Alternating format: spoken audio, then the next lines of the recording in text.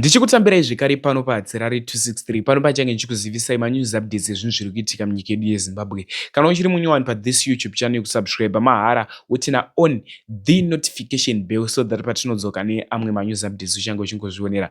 Panapa uchange uchiwana manews updates ezvinhu zviri kuitika munyika yedu yeZimbabwe nguva nenguva. Saka ndatisubscribei uyezve malikes enyu akatikoshera zvinobatsira kuti vhidhiyo rineri ringe richifamba kuhama neshamwari. Sekuziva kwamunhu zviita mhuri yeZimbabwe atinonoki kumhanya nemanews updates ezvinhu zviri kutsviriridza munyika yedu yeZimbabwe. Tinomhanya nemaupdates nguva nenguva chimbi kuti unge wawana manews updates kubva pano paZerare 263. Saka ndatiwanzei malikes, ndatifollowei this YouTube channel zvinobatsira kuti iwewo uzoramba uchiwana manews updates. Sekuziva kwamunhu zviita mhuri yeZimbabwe hatirare haanonoke kuuya nenyaya idzi.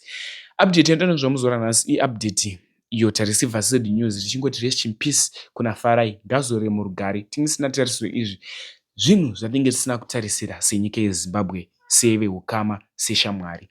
Chiyo rest in peace kwaari. Pane mukomana anonzi Farai. Farai anga ari kuMatrix. Matrix ndeyatafadzwa chidawa. Chii chinonzi Matrix? Ikambani yavo uko kwavanotora vanhu vasingateereri, vanoita zvemadrugs, vasingateereri vabereki, ndurura dzanetsa, hazvina basa neage. Vanokutora ikoko unonoiswa munzira yakanaka, unonofambira munzira yakanaka. Vanoita kuti vanhu vadzoke kuva vanhu kwete kutamhuka. So uyu anonzi Farai, uyu Farai afa.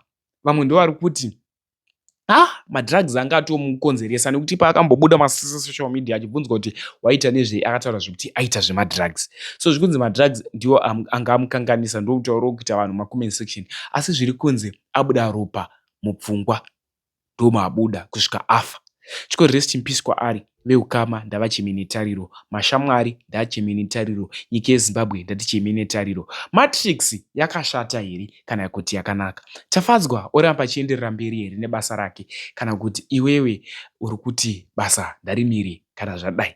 But zviri kunzi madrugs ndiwo angakonzeresa kuti mukomana asvike pakudai. Vanhu vari kunyorawo mumacomment section. Inisati rarida kungokuisirai vhidhiyo riri panhamo paFarai pachichemwa, vehukama vachichema vachiimba. That's when this video.